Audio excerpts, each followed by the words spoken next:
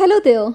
It's nice seeing you again. It's time to unravel the principles of design. Proportion. Proportion in design is like the recipe for a perfect dish.